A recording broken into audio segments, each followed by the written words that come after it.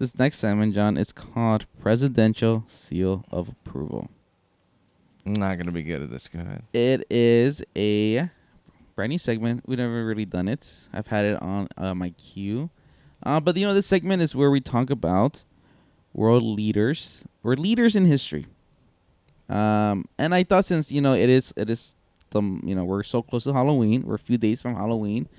We'll talk about from in the perspective of this segment a little bit about the haunted history of not so much our leaders, but where the leaders of our country, where they live. So, John, where do all our U.S. presidents live? In a state of delusion. Yes. Now, But what residence do they all occupy? 1600 Pennsylvania, the White House, John. And have you ever heard stories about the hauntings of the White House? No, never. You never heard it? Really? Well, maybe I would say that it's not a stupid place to say if you believe in it. If you believe in it, right? Not It's a stupid such an place old to say It's that. such an old house. It's been around since, Yeah. the dinosaurs. Like they were built it was built around when the dinosaurs Is died that off, like? right? Yeah, that's like when Monica Lewinsky and the dress, the ectoplasm. Yes. Like that was some creepy stuff. Yes. Stuff on So the ectoplasm on her dress, and that only comes from like paranormal shit. yes. No other explanation. No other explanation. So, John, this week with in this segment, Presidential Seal of Approval, I want to talk about some of the stories of hauntings at the White House. Mm-hmm. Some of them involving our former presidents themselves. What? So I'm going to tell you a little story about Can that be my new thing? What? What? Whatever catchphrase you want to try to start in with this podcast, you try it, John. It's just gonna be until I get bored. All right.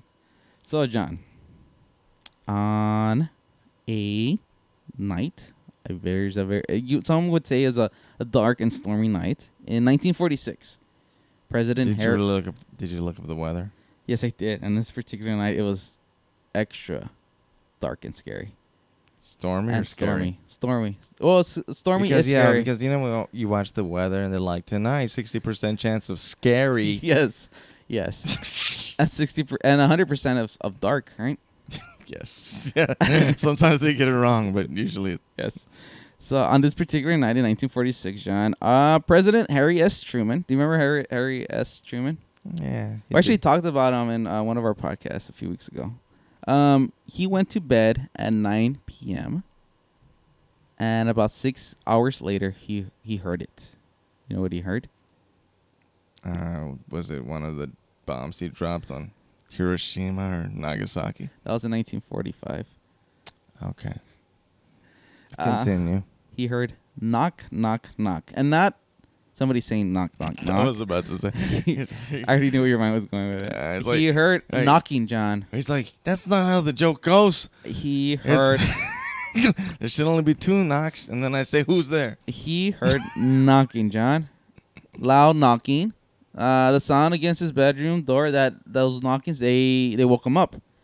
And he wrote to his wife in a letter. His wife wasn't there with him.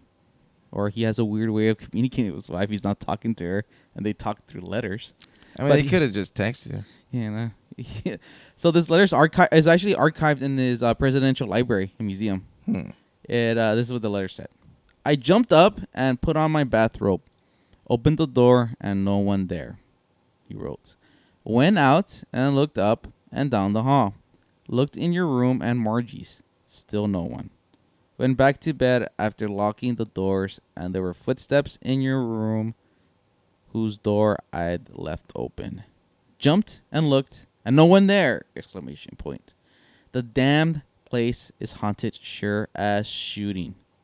Secret Service said not even a watchman was up here at that hour. You and Margie had better come back and protect me before some of these ghosts carry me off.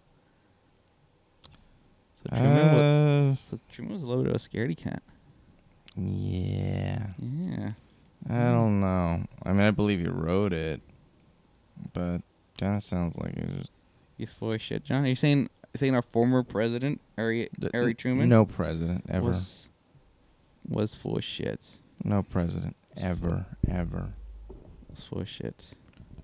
Nah, that's a weird thing for him to write. He might have just been going crazy, but who knows? So, John, there's been a lot of sightings throughout the years, and some of them are a little bit more popular than others.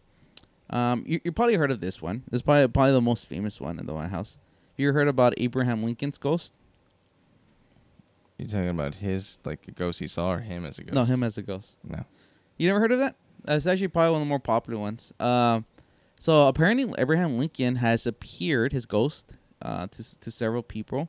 He has appeared in obviously the Lincoln bedroom, which is a place that a lot of guests can stay in if they're guests of the White House. I heard of that, yeah. And the yellow oval room.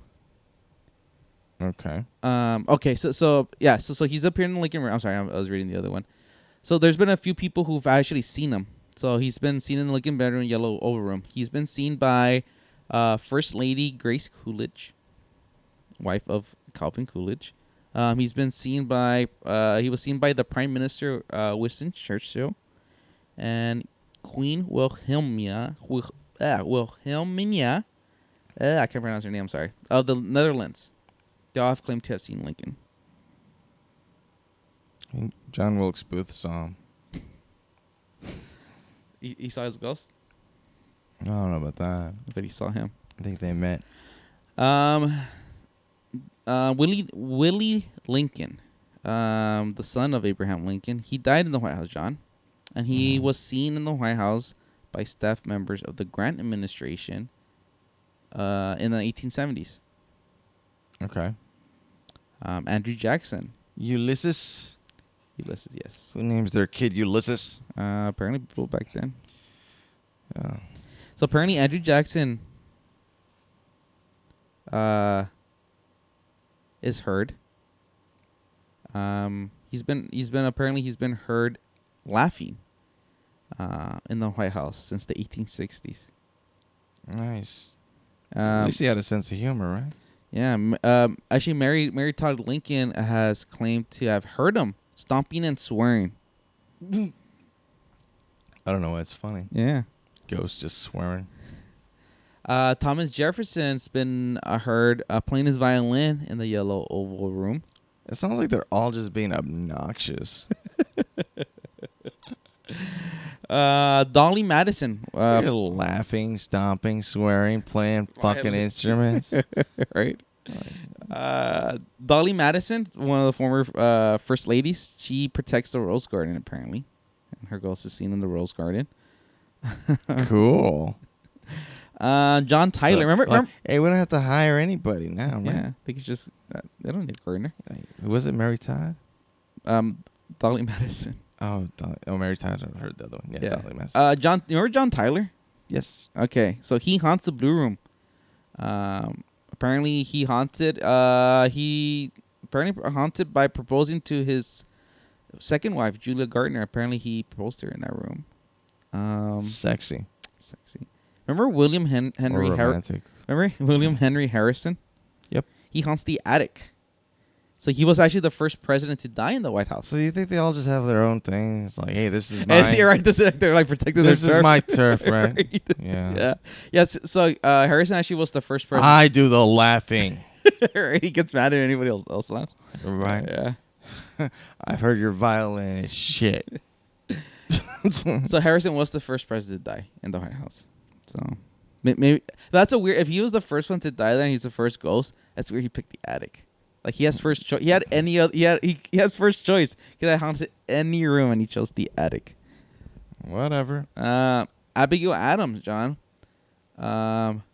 She hung laundry in the East Room, and staff can smell wet laundry and the scent of lavender in there from time to time. The East Room. Well, that's nice. So there's a guy named David Burns. He owned the land. He owned the land of where the White House currently sits. He used to own the land, and sounds like some valuable property. Well, he used to own it. And he doesn't own it anymore. I'm just saying. It sounds. He is seen or heard in I the would've- Yellow Oval You think Room. they were grandfathered in, or you think he's like up in the It's eminent domain. They wrote him, John. That's all. up in the lease? And Yeah. apparently, Anna Surratt, apparently her ghost bangs on the doors of the White House, pleading to see President Andrew Johnson. She was there to beg for a pardon for her mother, Okay. Lincoln assassination conspirator Mary Surratt. So her ghost is heard banging away at the doors of the White She House. was part of that group. Her mother was apparently. Okay. Yeah. And what? Okay, because there was like 7 people or something. Right? I don't remember. But Yeah. everybody thinks it was John Wilkes Booth. I'm like, By "Oh, himself? Yeah, there's a bunch of them. There's a lot of them. Yes. They also shot somebody else that night too, wasn't it? Yes. The chief of Secretary of State. I don't know yeah, what it was. yeah. I don't remember. yeah, because essentially they were trying to kill all the if they killed the president who was next in line, they were trying to kill everybody that would. They did shoot him, but he survived. Yeah, I yeah. think. Yeah. Right. Yeah. Yeah. But so Anyway, so would you want to stay a night in the White House, John? fuck yeah. Yeah.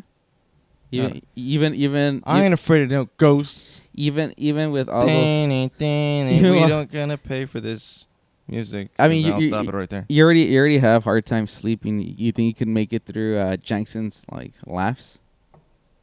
I don't know. Probably not. No, all right. Earplugs. Earplugs.